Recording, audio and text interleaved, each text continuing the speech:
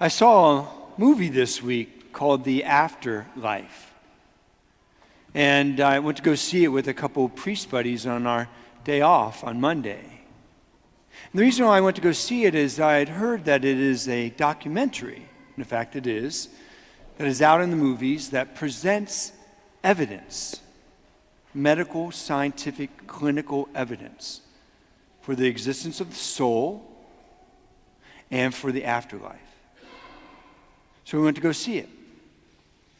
The whole documentary, given the name The Afterlife, it focuses on those cases that have been observed and documented in a medical, clinical environment, a hospital or a university hospital, where a person has died. And what happens during that time? When they come back. And then interviews with them about what they experienced. So I'm going to tell you a story, I'm going to tell you a pattern, and I'm going to connect it to today's second reading and our gospel reading. So here's the story. It's one among many stories where the people who have been researching this for over 50 years have put together this document and interviewed surgeons and neuroscientists and neurosurgeons and, of course, the persons themselves who had these experiences. Here's one that comes in the documentary. It's a woman. She has an aneurysm deep in the brain. So they have to set up certain conditions in order to be able to have no brain activity whatsoever. They can't have any of the synapses firing in there while they get in there to remove the aneurysm deep inside of her brain. So they put her out, and then they take her into the surgery room, the operation room. They lower the temperatures for her body, put her in a kind of a stasis. They stop her heart, and then before they do that, they plug her ears and patches over the eyes so there's no outside sensory whatsoever that the brain waves can register. And then they wait till the EKG goes flatline. So there's no heart rate, there's no heart activity, and she's brain dead. And that's the conditions in which they can go in and quickly remove the aneurysm. And they're successful. A few days later, she's conscious. One of the surgeons comes in to do some basic cognitive tests to see if she's clear, and in fact, she is clear. And as he's interviewing her, she starts to talk about what she experienced. So this is some of what she said. She said, well, I left my body. And I was just standing there in the operation room watching you all and listening to you. And then she describes precisely what happened. Like you guys said that you couldn't go through this one artery, so you had to go through the other one because the one was too restricted. And then he asked, well, tell me about what was the instruments we were using. She told him all of them and how they were used. And where exactly were they located to the right of the chief surgeon. And on and on and on she went. And so this surgeon goes get the chief surgeon, and they interview him. It all gets documented. While this is going on, she says, at some point, she felt a warmth. She turns around to the source of the warmth, and there's no longer the hospital walls and ceilings, but this great bright light. And she's drawn to it. She wants to be in it. So she willingly travels inside towards this light. And along the way, she meets a lot of people who are familiar to her and are welcoming her. And she has an experience of God there. And she said that she can't describe in words the type of love that she experienced here because there is no human experience for it. It was just so much more. And the acceptance and the feeling at home and belonging and at peace and at oneness. And all she wanted to do was just stay there. But then they brought her back. Now, when she was interviewed for this documentary, it's years later, she's older. So the interviewers have the luxury of time of also documenting the impact it had. It changed everything in her life. Because of that experience, for instance, she was no longer afraid of death. And she said to God, as she lived her life from day to day, just let me be ready. That's all I want, because I'm going to come back to you. So let me live a life ready for you. So while living in this world, she no longer lived of this world. Yes, she worked and provided for her family and loved and so on, but never again in the way that she was attached to the things of this world. She had a holy and healthy detachment from the world. She saw the good of this world, but the good of this world wasn't enough for her. She was living for heaven. And then that taught her how to live in relationships with others and how to go through the difficult things in life when she lost her son after her near-death experience. She didn't fall apart. She missed him. But she knew that he was with God. And she lived for heaven while in this world, and affected every part of her life.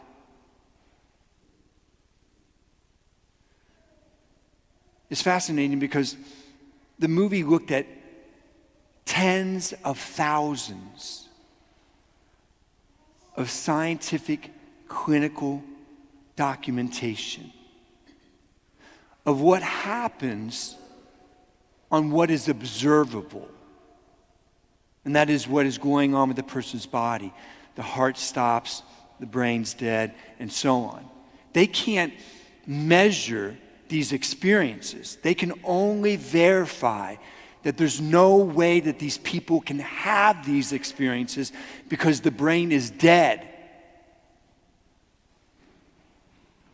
So it's something other than the body, which gives evidence to the existence of a soul and evidence to the existence of an afterlife. And the scientific method, when we all know this from basic science classes that we had in high school, is about taking an experience or a thing, observing it, and then testing it over and over and over and over again to see if it gets the same result. And that's exactly what's happened in these major studies. This is not just one. There have been several big nationwide or university-wide studies on near-death experiences. And they're all producing the same common traits. A person dies, they're clinically dead. They come out of their body. They have an experience of a light. They go towards the light. There are often loved ones there to receive them. They feel at peace. They don't feel threatened. They're not afraid.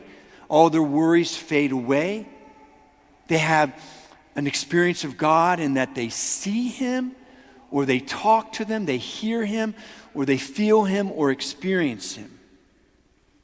And they know everything is going to be okay. They often say that when they get interviewed, that they just can't describe the love that they experience. They just don't have any human reference for it. It's so much more, so much greater. They always want to stay, and for some reason they come back. And when they come back, they miss being there. And it changes the way that they live their life. If They didn't believe in God, now they do. If they were a bad person, now they're a good person. They don't have the attachments to this world that they used to because they realize this is nothing compared to the world to come. And living for the world to come affects everything about how they live their life here and now. They want to live so that they make sure that they go back to heaven. And in fact, 75% of the experiences are always positive where they go into the light. 25% of them are negative where they go into darkness and they have terrible experiences that scares the hell out of them.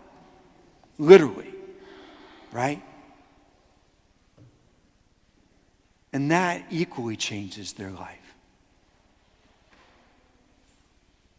I came home from this, and I often will read and pray with the readings from the scriptures for the coming weekend on my day off. I'm not as distracted and I can think. It's interesting.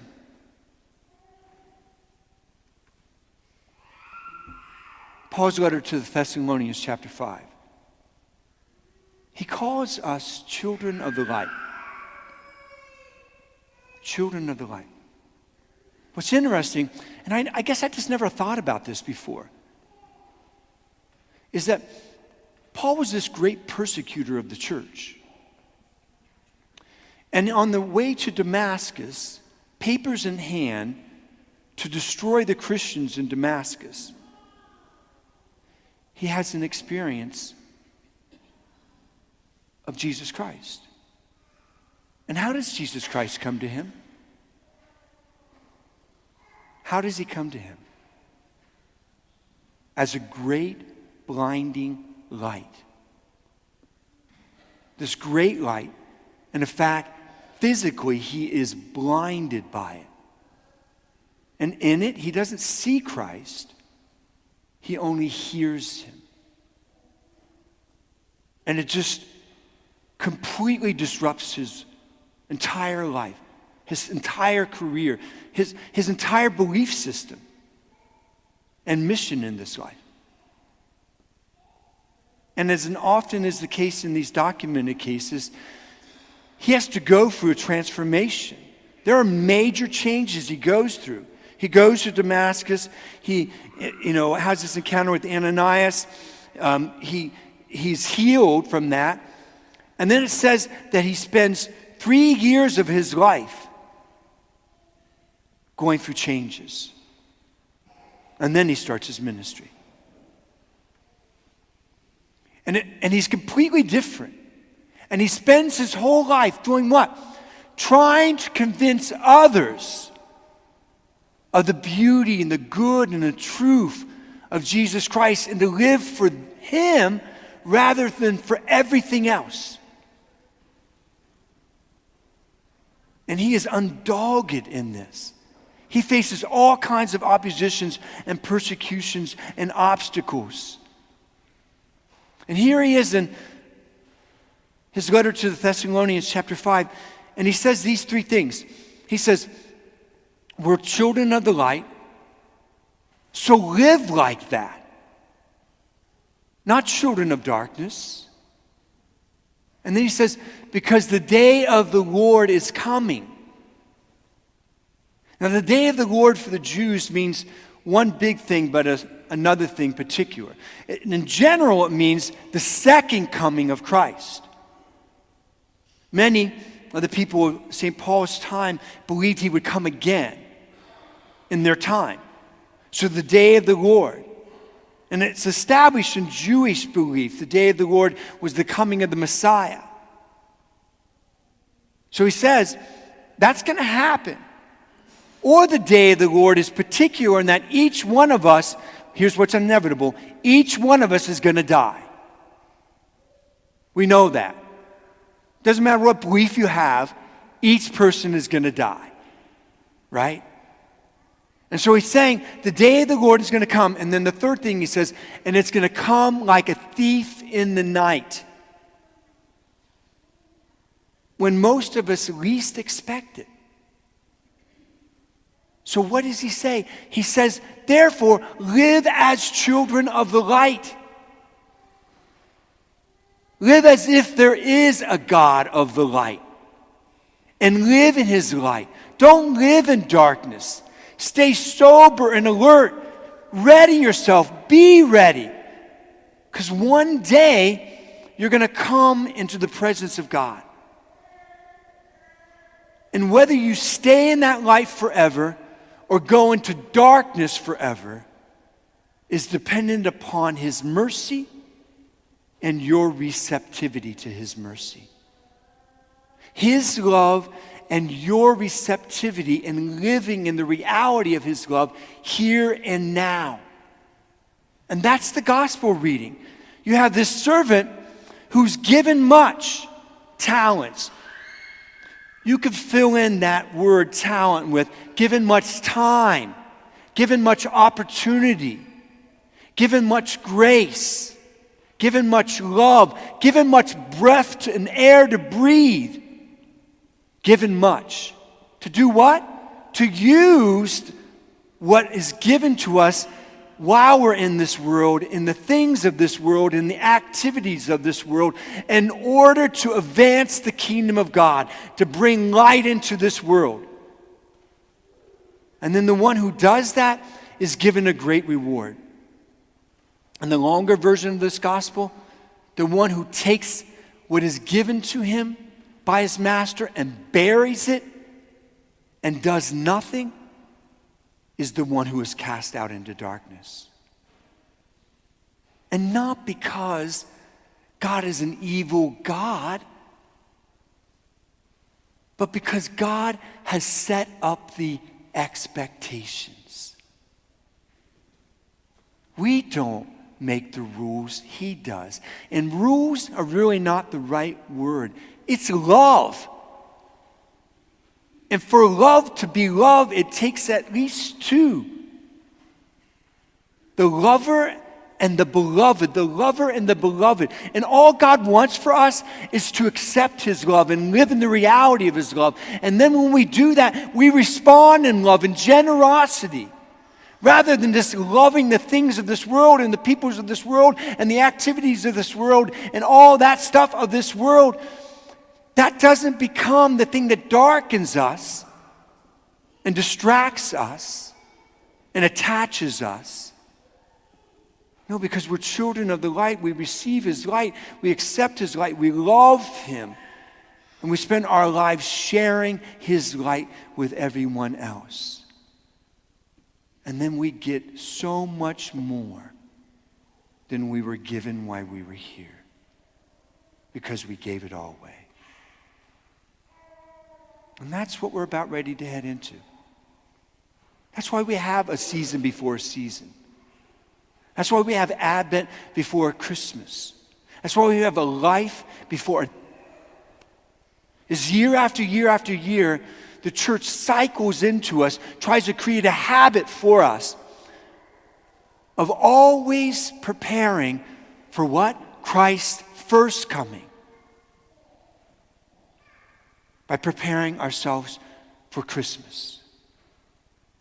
In the hopes that cycling this through us and building this habit, this culture of life within us, we might prepare ourselves for his second coming.